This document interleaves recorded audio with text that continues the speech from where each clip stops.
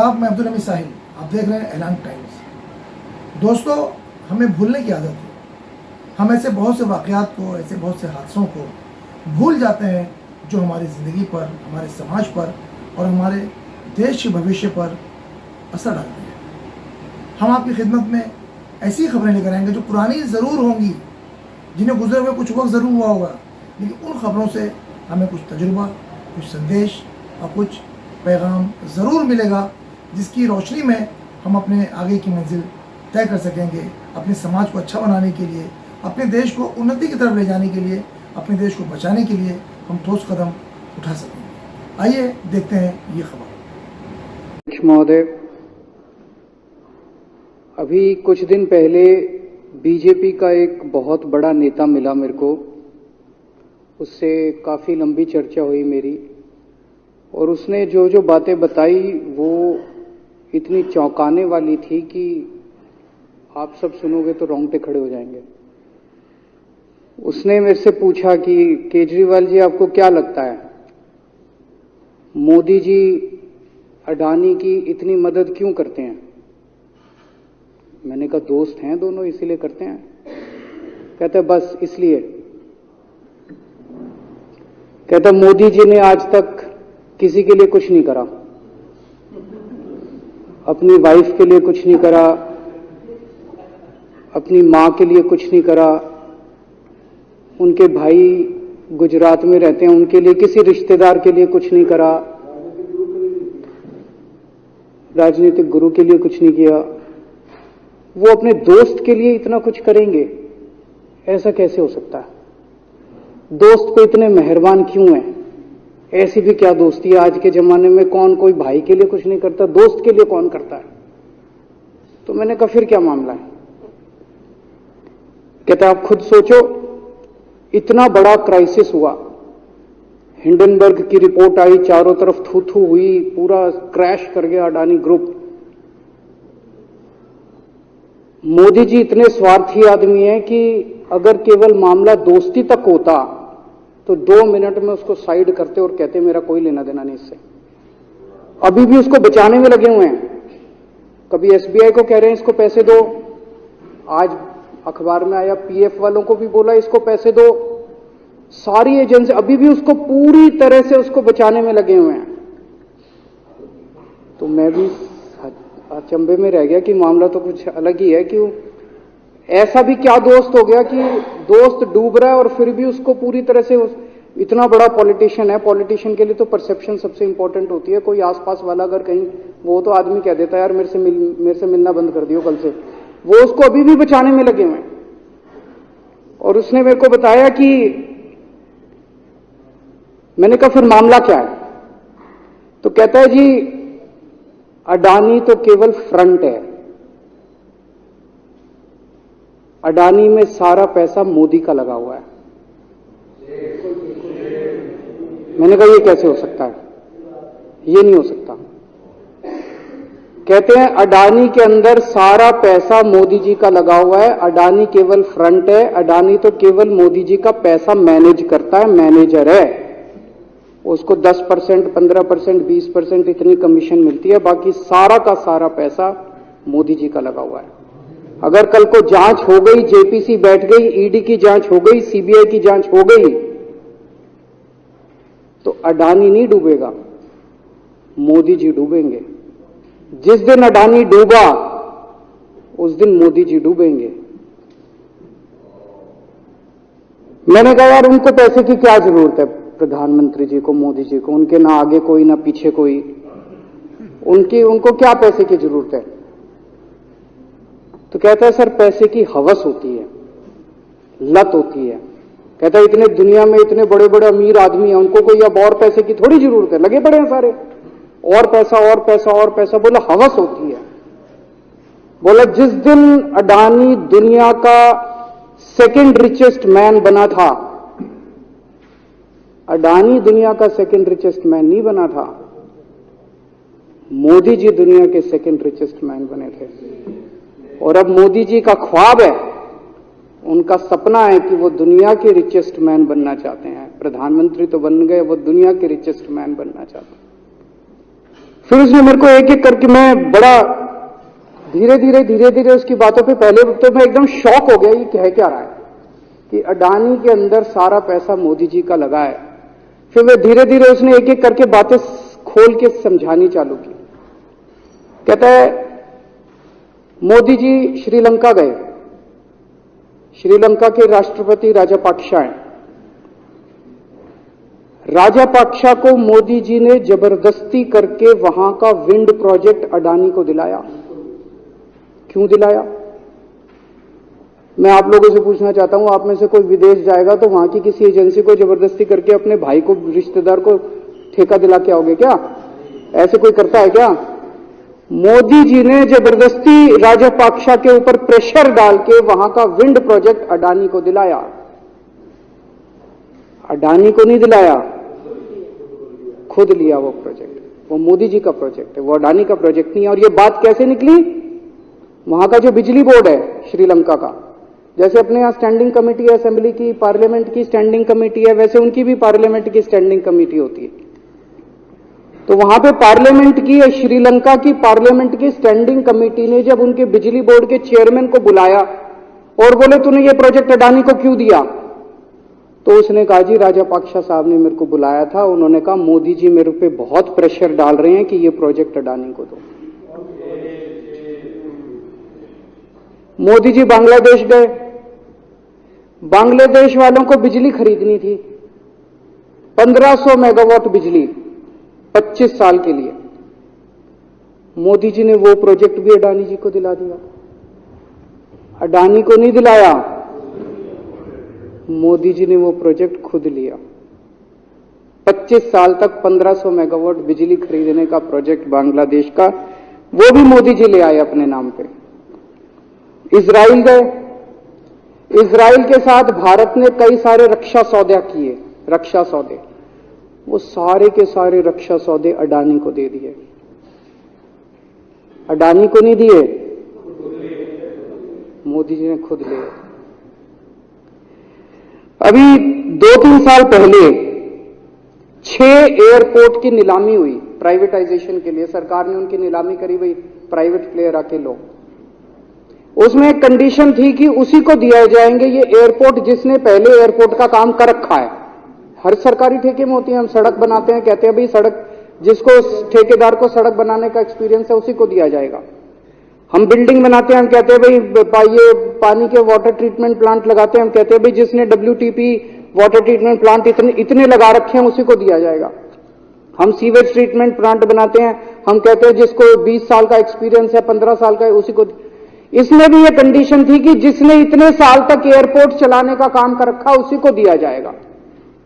अब अडानी ने तो कर नहीं, मोदी जी ने तो कर नहीं रखा था, अडानी ने तो कर नहीं रखा था, तो क्या करते?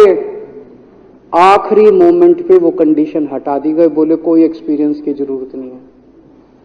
6 एयरपोर्ट नीलामी पे थे, 6 के 6 एयरपोर्ट अडानी को दे दिए। अडानी को नहीं दिए,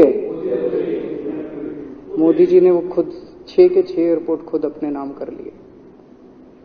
आज 2021 नवंबर में एयरपोर्ट टेक ओवर किए, 2023 1.5 साल हुआ है। 1.5 साल के अंदर आज एयरपोर्ट का 30%, पूरे देश का एयरपोर्ट का जितना धंधा है, बिजनेस है, उसका 30% बिजनेस जो है वो मोदी जी के पास है। 30%, 1.5 साल के अंदर इतना बड़ा भारत देश, इतने एयरपोर्ट, 30% एयरपोर्ट का बिजनेस आज मोदी जी के पास है।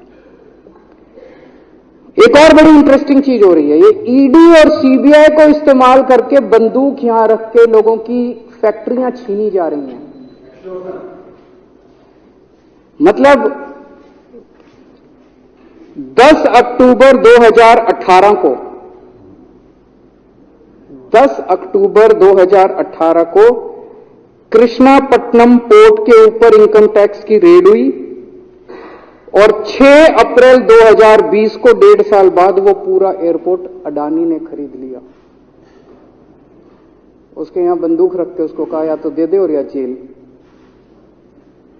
तो वो अडानी ने नहीं खरीदा, वो मोदी जी के पास चला गया कृष्णापट्टनम एयरपोर्ट। 10 दिसंबर 2020 को एसीसी और अंबुजा सीमेंट पे रेड हुई और 2 साल बाद 16 अक्टूबर 2022 को दोनों सीमेंट प्लांट मोदी जी के पास चले गए। 2020 जुलाई को मुंबई एयरपोर्ट का मालिक था जीवीके, उसके ऊपर सीबीआई और ईडी की रेड हुई, एफआईआर हुई, और 1 महीने बाद मुंबई एयरपोर्ट जो है वो मोदी जी के पास चला गया, अडानी के पास चला गया। तो ईडी और सीबीआई पे रेड कराते हैं, उसको धमकाते हैं फैक्ट्री वाले को, कंपनी वाले को, कि या तो जेल जा और या तेरी फैक्ट्री हमको दे दे। ये इधर तो सुनते थे हरियाणा की तरफ एक टुच्ची, इधर इसकी फैक्ट्री भी छीन ली, पंजाब में भी सुनते थे इसकी भी फैक्ट्री छीन ली, इसकी। पूरे देश के अंदर ये इतनी गुंडागर्दी मची पड़ी है कि ईडी की रेड करा देते हैं, सीबीआई की रेड करा देते हैं, यहां बंदूक रखते हैं और कहते हैं या तो फैक्ट्री दे दे और या जेल जा। ये क्या चल क्या रहा है इस देश के अंदर? इन्होंने अभी थोड़े दिन पहले ऑर्डर निकाला कि सारे जितने पावर प्लांट हैं, जितनी राज्य सरकारें हैं, पंजाब सरकार की, हमारी जो सरकार है, उनके पास भी ऑर्डर आया, सारी सरकारों को जितना उनका कोयले की रिक्वायरमेंट है उसमें से 10% कोयला इंपोर्टेड इस्तेमाल करना पड़ेगा। और इंपोर्ट केवल मोदी जी करते थे, अडानी करता था। तो इसका मतलब आपको 10% अपना कोयला कंपल्सरी, जरूरत नहीं है आपको कोयले की, लेकिन 10% कोयला आपको अडानी से खरीदना पड़ेगा। हमारे देश का कोयला 2000 रुपए टन है, इंपोर्टेड कोयला 20,000 रुपए टन है। 10 गुना दाम के ऊपर आपको अडानी से यानी कि मोदी जी से कोयला खरीदना पड़ेगा।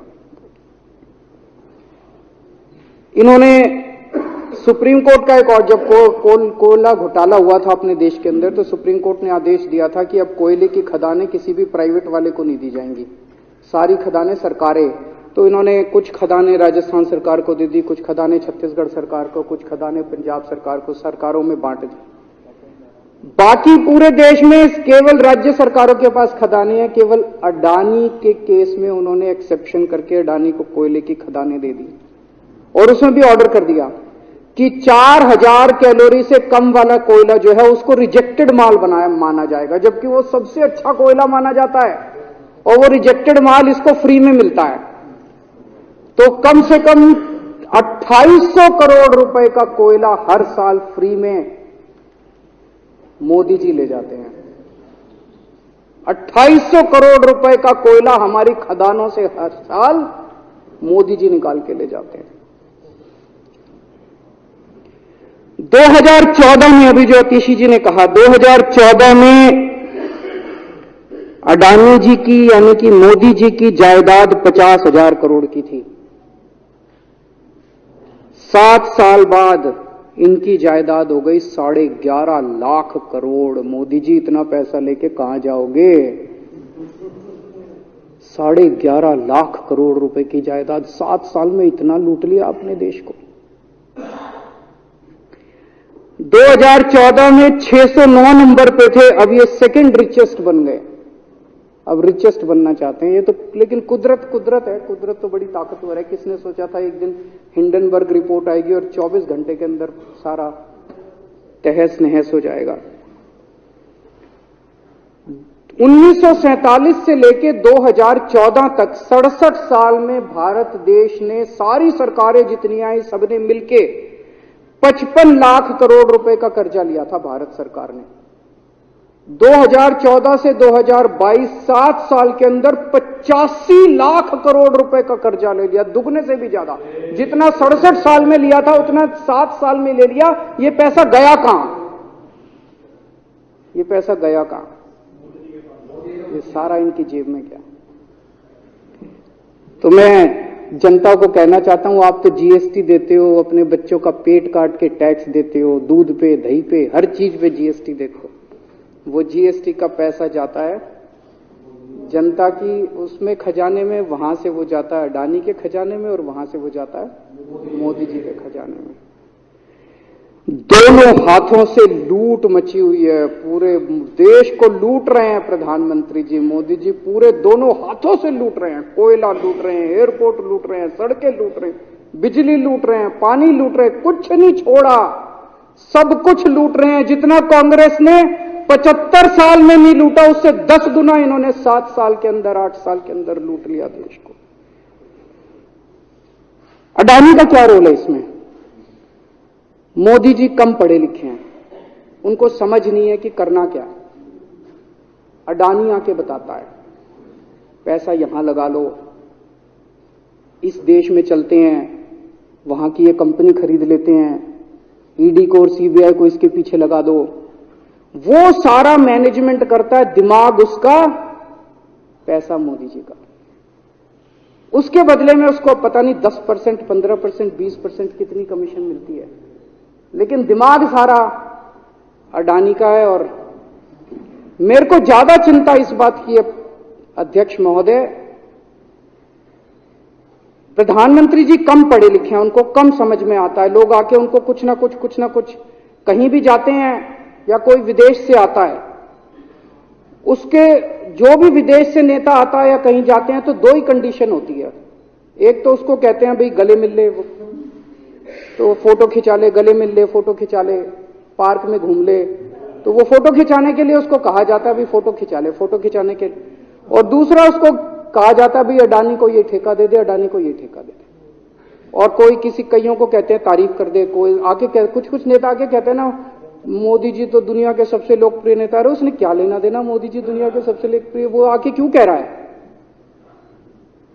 बदले में वो देश, ये जो गोरे हैं ना, बहुत चतुर हैं, बहुत चालाक हैं, ये ऐसे इतने भोले वाले नहीं है कि यहां पे आए और कह गए मोदी जी दुनिया के, वो पता नहीं किस किस चीज पे साइन करा के ले जाते हैं, पता ही नहीं चलता बदले में क्या साइन करा के ले जाते हैं। यही हुआ था 17वीं 18वीं सदी के अंदर हमारे देश में।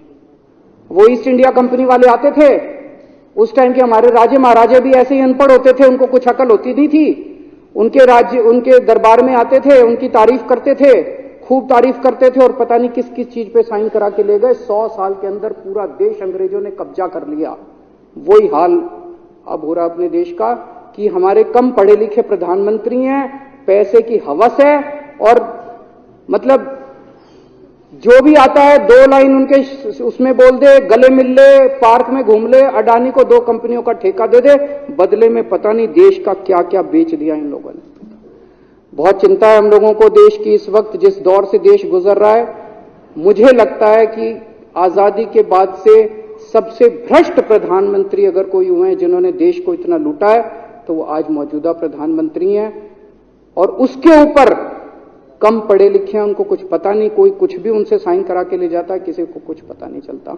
मैं संजीव झा के प्रस्ताव का समर्थन करता हूं।